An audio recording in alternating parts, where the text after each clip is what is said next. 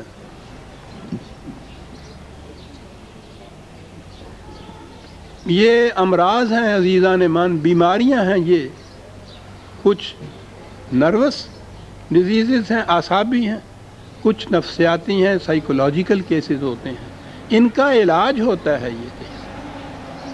یہ ساری توہم پرستیاں ہیں جن کو کہتے ہیں جن چمڑ گیا۔ اور پھر توہم پرستیاں آتی کن راستوں سے؟ بڑے بڑے علماء کرام، مشائخ اعظام، ان کے آپ داستانیں پڑھیے، ہر ایک کے ہاں کوئی نہ کوئی جن ہوتا ہے صاحب۔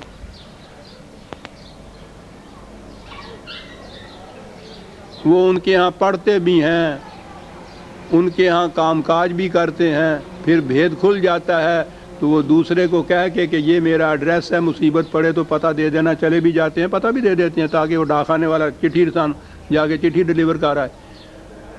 یعنی یہ چیزیں جو ہیں ہمارے جہلاء میں نہیں پھیلی ہوئی، ہمارے ہاں کے یہ بڑے بڑے علماء، بڑے بڑے مشائخ خاص طور پہ جو ہیں، ان میں سے ہر ایک کے ہاں یہ چیز ہوتی ہے۔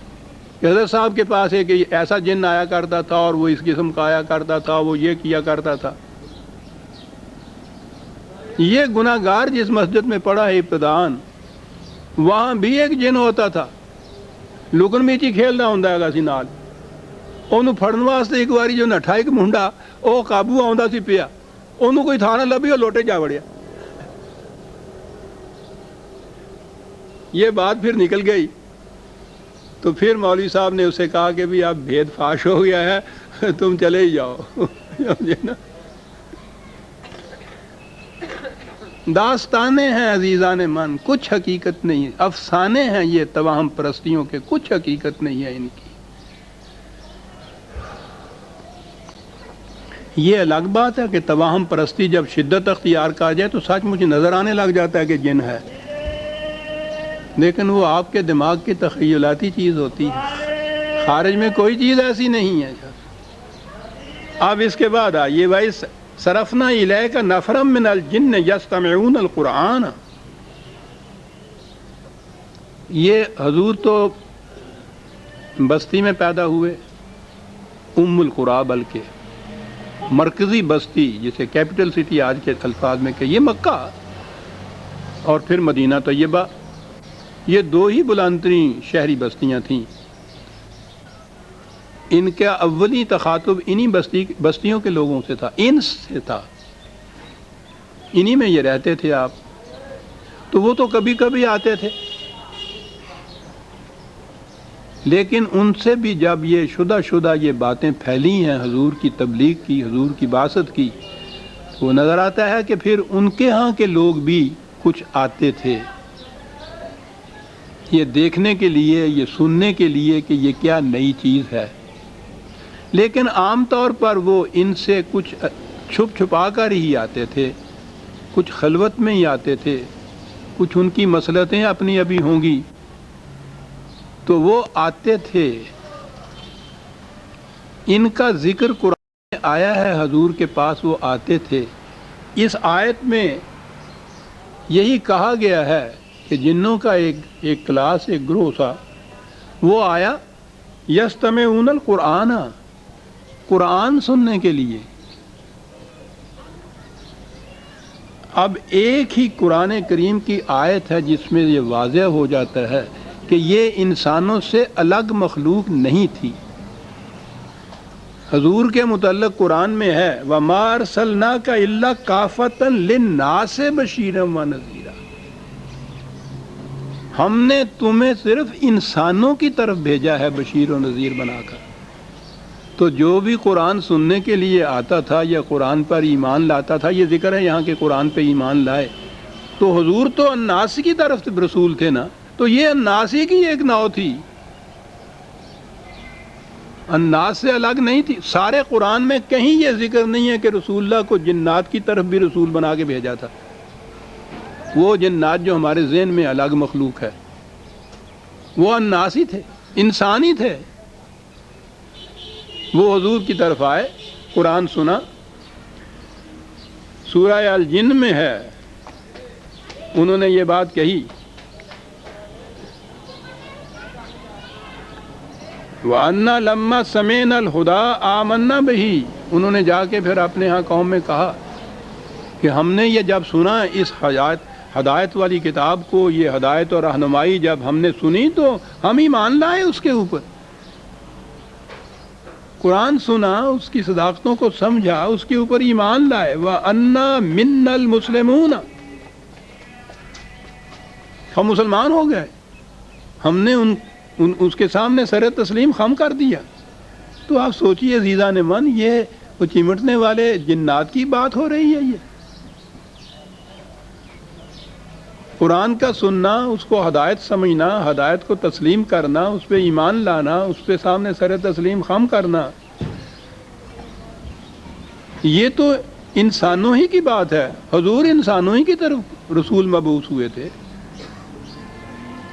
اب حیرت یہ ہے کہ اب کہا یہ جاتا ہے کہ صاحب یہ سارے جتنے بڑے بڑے علماء کرام بھی ہیں، یہ سارے عربی بھی جانتے ہیں، ان داستانوں کو بھی واقف ہیں، تو پھر یہ وہ انس و جن کے یہ معنی کیوں نہیں کر دیتے؟ اب میں اس کا کیا علاج کروں؟ کیوں نہیں؟ یا تو کوئی چیلنج کرے نا کہ یہ معنی نہیں ہیں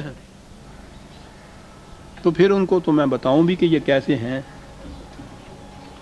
اس کی سندیں ہیں ہمارے پاس، انہی کے لغات، انہی کی ادب کی کتابیں جو ہیں ان میں یہ چیزیں موجود ہیں جو میں آپ سے عرض کرتا ہوں. تو پھر یہ بات تو واقعی تعجب انگیز ہے، اور ہمارا نوجوان طبقہ اس کو سمجھتا نہیں کہ اس کے باوجود پھر ان کو کیا ہو گیا. ہو یہ گیا کہ قرآن کی تفسیر پہلی جو تیسری صدی ہجری میں حضور کے 200-250 سال بعد لکھی گئی، جہاں یہ آیتیں آئیں، اس کے ساتھ افسانے آ گئے. یہی آیت آپ لے لیجئے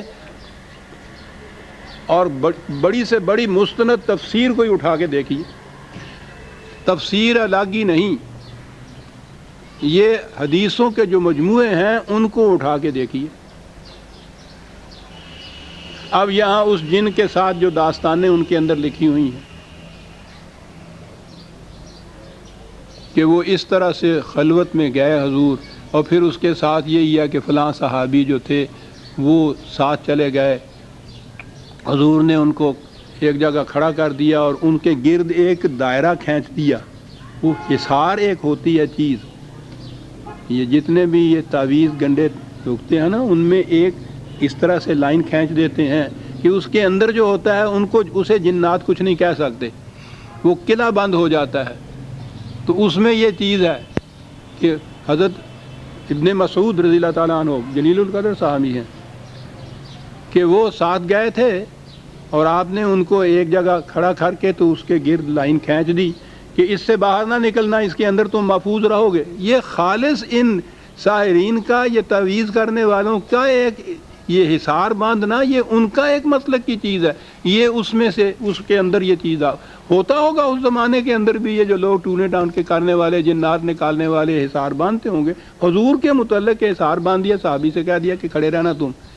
اب وہ اس کے بعد بتا رہے ہیں بادلوں کی طرح آئے، گرجے، چمکے، پھر وہ نیچے ہم نے دیکھا اور وہ حضور کے پاس آئے، اور اس کے بعد پھر وہ چلے گئے۔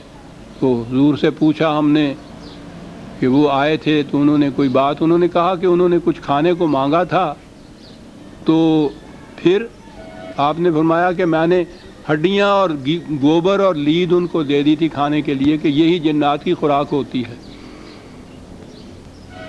اور پھر وہ چلے گئے اور پھر آپ نے ان کی کہانیاں سنائیں، یعنی یہ ساری داستانیں۔ اب یہ داستانیں آ گئیں سب سے پہلی تفسیر میں اور آپ کے ہاں کی صحیح ترین حدیث کی کتابوں میں۔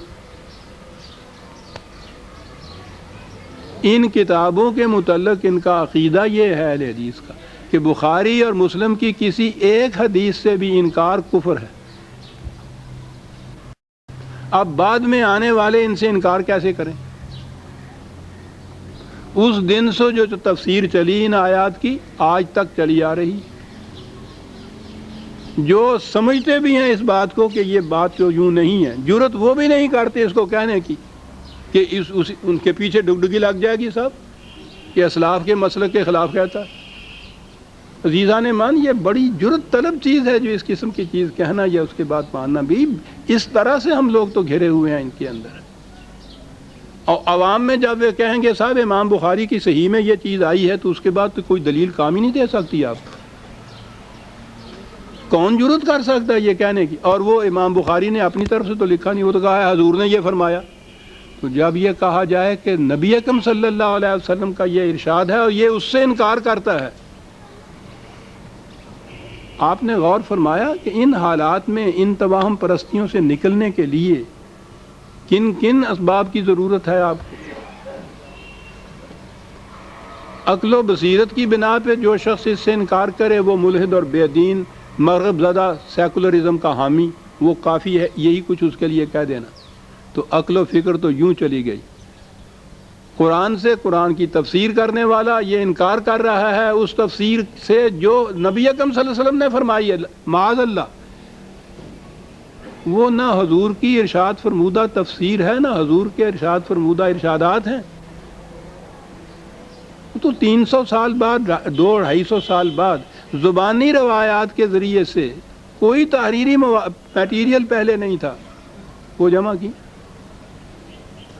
جمع کرنے والوں کے بھی ذہن میں یہ نہیں تھا کہ یہ ابدی طور پر غیر متبدل سمجھ کے ایمان کا اور اسلام کی بنیاد بن جائیں گی۔ امام بخاری کہہ رہے ہیں کہ میں نے جب یہ روایات اکٹھی کرنی شروع کی تو 6 لاکھ کے قریب روایات میرے پاس آئیں،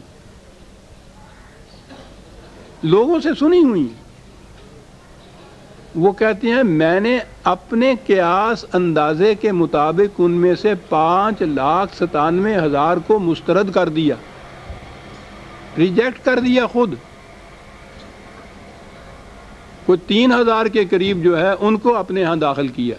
ویسے تو وہ قریباً کچھ 5-6 ہزار بنتی ہیں، وہ مقررات کو نکال دیں تو 3,000 کے قریب۔ یہ 3,000 کیا ہیں؟ جو میٹیریل امام بخاری علیہ الرحمہ کے پاس آیا ان میں سے انہوں نے اپنے قیاس کے مطابق یہ سمجھا کہ یہ ہو سکتی ہیں رسول اللہ کی، اور وہ انہوں نے جمع کر دی۔ تو یہ تو قیاس ہے امام بخاری کا، نہ کہ حضور کے ارشادات یقینی طور پر۔ تو امام بخاری کے قیاس پر ایمان لانے کے لیے تو مسلمان مکلف نہیں ہے کہ انہوں نے جس کو کہہ دیا کہ یہ صحیح ہے، قیامت تک کے لیے ہم آنکھ بند کر کے کہیں کہ یہ صحیح ہے۔ کیوں صحیح ہے؟ امام بخاری نے لکھ دیا۔ انہیں کیا حق پہنچتا تھا کہ وہ 5,94,000 جو ہیں یا 97,000 ان کو مسترد کر دیں اگر وہ رسول اللہ کے اقوال تھے تو؟ اگر وہ اپنے قیاس اندازے یا کسی معیار کے مطابق اتنوں کو مسترد کر دیتے تھے، تو اگر آج ایک شخص ان 3,000 میں سے کسی ایک کے متعلق دیکھتا ہے کہ وہ قرآن کے خلاف ہے، نبی اکرم صلی اللہ علیہ وسلم کی ذات اقدس کے خلاف ہے، حضور کی عظمت اور کردار کے خلاف ہے، اور وہ اس سے انکار کرتا ہے، تو وہ کافر ہو جاتا۔ عزیزان من جب تک یہ آپ کے ہاں کی ذہنیت اور معیار و عقیدہ نہیں بدلے گا آپ ان توہم پرستیوں سے نہیں نکل سکیں گے۔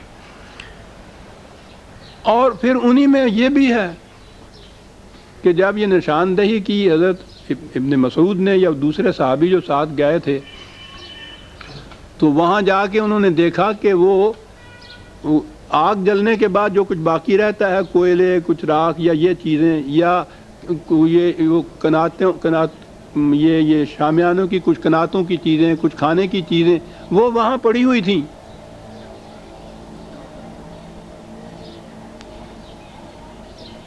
جہاں سے بھی کوئی کارواں جاتا ہے پیچھے اس قسم کی چیزیں جو ہیں وہ رہ جاتی ہیں کہ وہ بھی وہاں پڑی ہوئی تھی۔ اب یہ بھی نہیں، ان کی تعداد کے متعلق 7 یا 9 سے شروع ہوتی ہے 12,000 تک پہنچتی ہے۔ تو یہ عزیزان من یہ وہی آبادی تھی صحرا نوردیوں کی، عربوں کے ہاں ادب کے اندر ان کے لغات کے اندر ان کے حماسہ کے اندر ان کی شاعری کے اندر انس و جن ان معنی کے اندر آتا ہے صحرا نوردوں کے لیے وہ استعمال کرتے تھے ان چیزوں ان لفظوں کو۔ تو آئیے اب اس آیت کی طرف کہ ان صحرا نورد آبادیوں میں سے ایک گروہ حضور کی طرف آیا اور اس نے آ کے قرآن کو سنا فلما حضروہ قالوا انصتوا، تو جب وہ یہاں آئے وہ قرآن سن رہے تھے تو وہ ایک دوسرے سے کہہ رہے تھے بھئی خاموش رہو خاموش رہو۔ وہ نظر آتا ہے نا کہ وہ دیہاتی سے لوگ تھے، باہر کے لوگ تھے، ان آداب محفل سے بھی واقف نہیں تھے، تو قرآن یوں بتا رہا ہے وہ کہتے تھے وہ چپ کر کے سنو کیا کہا جا رہا ہے۔ فلما قضیا ولوا الی قومہم منذرین، جب وہ بات ختم ہوئی قرآن سننے کی تو پھر واپس گئے وہ اپنی قوم کی طرف، وہاں جا کے ان کو آگاہ کیا قالوا یا قومنا انا سمعنا کتابا انزل من بعد موسیٰ مصدقا لما بین یدیہ، جا کے انہوں نے کہا کہ ہم نے ایک کتاب سنی ہے، ایک ہدایت کی چیزیں سنی ہیں، وہ کتاب ہے جو کتاب موسیٰ کے بعد نازل ہوئی ہے۔ تو نظر آتا ہے کہ ابتداً یہ لوگ غالباً یہودی تھے اور وہ ان دعاوی کو سچ کر دکھانے والی ہے جو کتاب موسیٰ کے اندر درج ہیں۔ یہدی الی الحق و الی طریق مستقیم، یہ کتاب ہے جو واقعی حق کی طرف اور سیدھے راستے کی طرف رہنمائی کرتی ہے۔ وہ سن کے گئے جا کر اپنی قوم سے وہ یہ کچھ کہہ رہے ہیں یا قومنا اجیبوا داعی اللہ، داعی اللہ ہے معاف رکھنا، اے میری قوم کے لوگوں یہ جو خدا کی طرف دعوت دیتا ہے اس کی دعوت پر لبیک کہو، وآمنوا بہ، ایمان لاؤ، یغفر لکم من ذنوبکم ویجرکم من عذاب علیم، وہ حفاظت دے گا، پرووائڈ کرے گا، جو کچھ تمہاری کوتاہیوں کی وجہ سے نقصان والی چیزیں آ رہی ہیں ایک عظیم تباہی سے تم کو بچا لے گا۔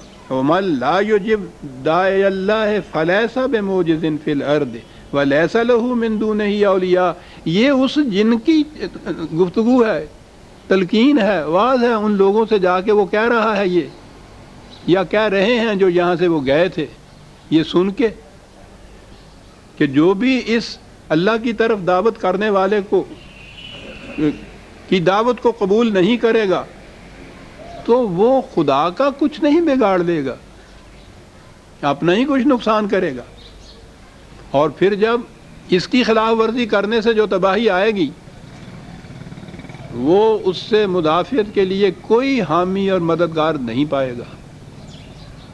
اولئک فی ضلال مبین، کھلی ہوئی گمراہی کے اندر رہو۔ یہ ہے جی وہ جو جنہوں نے آ کے قرآن کو سنا اور پھر اپنی قوم میں واپس گئے، وہاں جا کے انہوں نے یہ تبلیغ کی، وہ ایمان لائے، انہوں نے اس کو حق تسلیم کیا، یہ ہے جو قرآن نے بتایا ہے ان کے متعلق۔ اب آپ خود سوچ لیجئے کہ یہ باتیں یہ چمٹ جانے والے جنوں کے متعلق ہو سکتی، کیونکہ قرآن میں بھی جن کا لفظ آیا اور ہمارے ہاں بھی جن کا لفظ بولا جاتا ہے، اس لیے صاحب قرآن میں جن آ گیا سب۔ قرآن شہادت دیتا ہے کہ جن ہوتے ہیں. بہرحال اولم یروا ان اللہ الذی خلق السماوات والارض لم یأی بخلقہن بقادر علی ان یحیی الموتى بلا انہ علی کل شیء قدیر. اب قرآن پھر اپنی بات پہ آ گیا.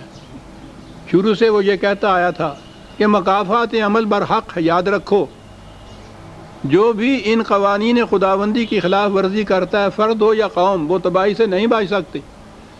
اور اگلی بات وہ جو قرآن کا ایمان، اگر اس دنیاوی زندگی کے اندر اس کی گرفت نہیں ہوتی، اس کا نتیجہ سامنے نہیں آتا، تو زندگی یہاں ختم نہیں ہو جاتی، زندگی مسلسل آگے بھی چلتی ہے. اور اسی پہ ان کو اعتراض تھا.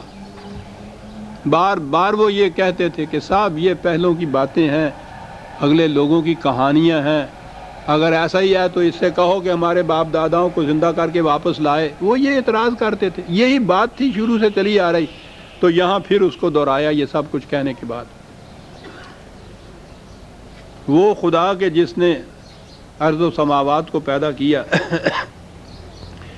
اور اسے پیدا کرنے کے بعد پھر وہ تھک نہیں گیا کہ کچھ اور پیدا نہ کر سکے. کیا بات ہے. قرآن ایک ایک لفظ میں مذاہب باطلہ کے ایک ایک باطل عقیدہ کی تردید کرتا جاتا ہے. تورات میں ہے یہ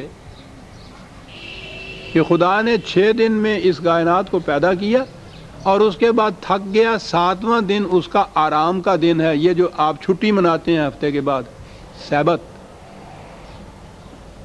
وہ ان کے ہاں سیٹرڈے تھا.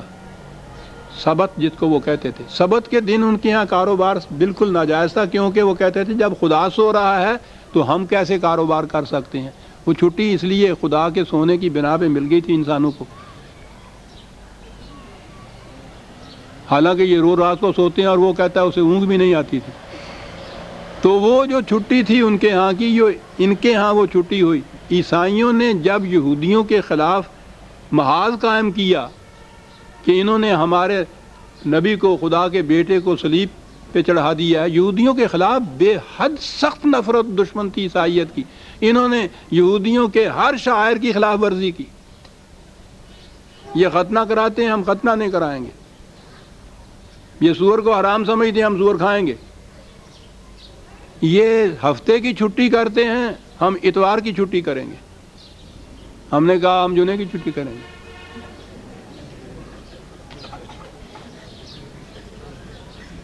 یہ وہ جمعے کی کرنے لگ گئے تھے. پھر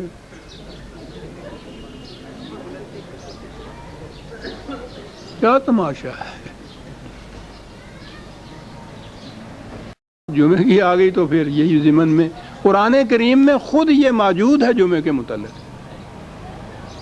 کہ جب اس اجتماع کے لیے آواز دی جائے تو کاروبار چھوڑ کے ادھر آ جایا کرو. تو اس سے پہلے کاروبار کی صنعت تو قرآن نے خود دے دی، تو وہ چھٹی نہیں. اور پھر اذا قضیت الصلاۃ فانتشروا فی الارض، جب نماز ختم ہو جایا کرے تو پھر جاؤ کاروبار کیا کرو.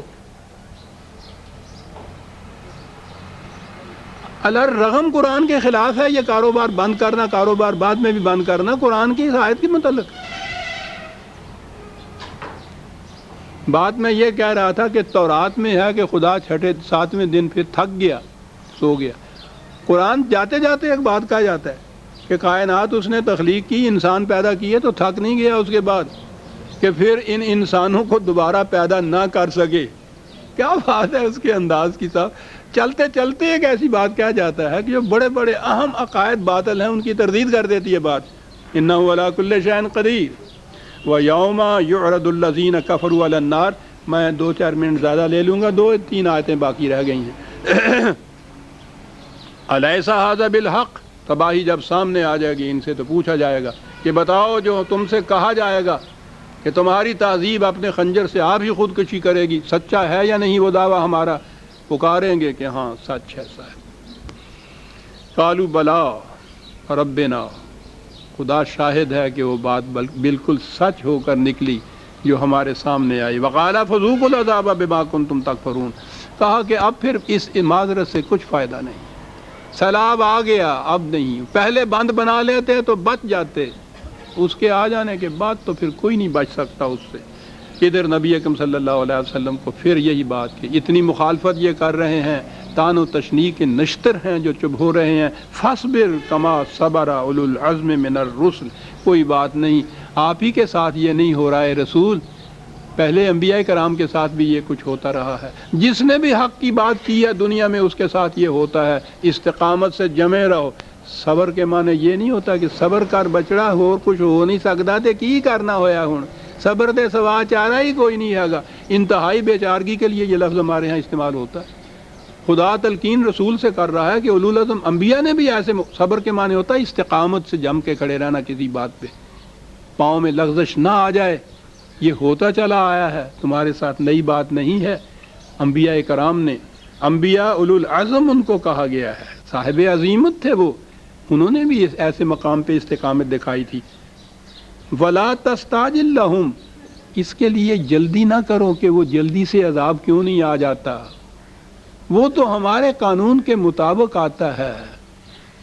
پھول بھی ایک وقت لیتے ہیں پھوٹنے کے لیے، کانٹے بھی چبھنے کے لیے ایک وقت لیتے ہیں، جلدی نہیں اس میں ہوا کرتی۔ فلا تستعجل لهم كأنه يوم يرون ما يوعدون لم يلبثوا الا ساعة من النهار۔ اب تو نظر آتا ہے کہ بڑا لمبا وقفہ پڑ گیا صاحب، آتا کیوں نہیں عذاب؟ جب عذاب آ جائے گا تو ان کو نظر آئے گا کہ صاحب ہم تو یوں ہی شاید ایک گھڑی آدھی گھڑی زندہ رہے، وہ جھٹ سے آ گیا۔ مصیبت کے وقت جب یہ آتا ہے تو نظر ہی یوں آتا ہے۔ بلاغن، کیا بات ہے، آخری آیت کے آخری الفاظ ہیں، پہنچا دیا گیا جو کچھ پہنچانا تھا۔ یہلکو فہل یہلکو الا القوم الفاسقون، تباہ ہوتی ہیں قومیں لیکن صرف وہ جو صحیح راستہ چھوڑ کر غلط راستوں پہ پڑ جاتی ہیں۔ سورہ الاحقاف آج ختم ہو گئی عزیزان من۔ آئندہ ہم اگلی صورت ہے سورہ محمد 47ویں صورت، اس سے درس کا آغاز کریں گے۔ ربنا تقبل منا انک انت السمیع العلیم۔ شکریہ۔ آتے ہیں تو وہ تو اپنے ہمدردی کے جذبے سے آتے ہیں، شریک غم ہونے کے لیے۔ تجربے نے مجھے یہ بتایا ہے کہ جتنی بار کوئی آئے اور اس سے وہ داستان دہرائی جائے تو یہ زخم چھل جاتا ہے دوبارہ۔ اس زخم کو مندمل، وہ ٹائم جسے کہتے ہیں نا، ہیلر ہوتا ہے، اس کے معنی یہ ہوتے ہیں کہ بھولتا ہے آدمی، جتنی یاد دلائی جائے اس چیز کی اتنا ہی وہ زخم پھر مندمل ہونے سے بچ جاتا ہے۔ میں احباب کا تہ دل سے شکریہ ادا کرتا ہوں، وہ میرے غم میں شرکت کے لیے تشریف بھی لائے، اس کے بعد بھی آئیں گے۔ اگر میں خود ان سے مل کے نہیں بات کر سکا تو مجھے قابل معذرت سمجھیں کہ میری کیفیت ایسی نہیں تھی، حادثہ میرے لیے ناقابل برداشت تھا۔ اس عمر میں اس قسم کا جوان سال بیٹا جس نے سنبھال رکھا تھا پورے گھر کو، اور میری دیکھ بھال بھی وہی کیا کرتا تھا، اور اس کا بدل نہیں ہے اس وقت ہمارے ہاں کوئی۔ احباب کا شکریہ۔ میں دوبارہ معذرت چاہتا ہوں کہ میں ان دوستوں سے خود نہیں ملا تھا آگے۔ شکریہ۔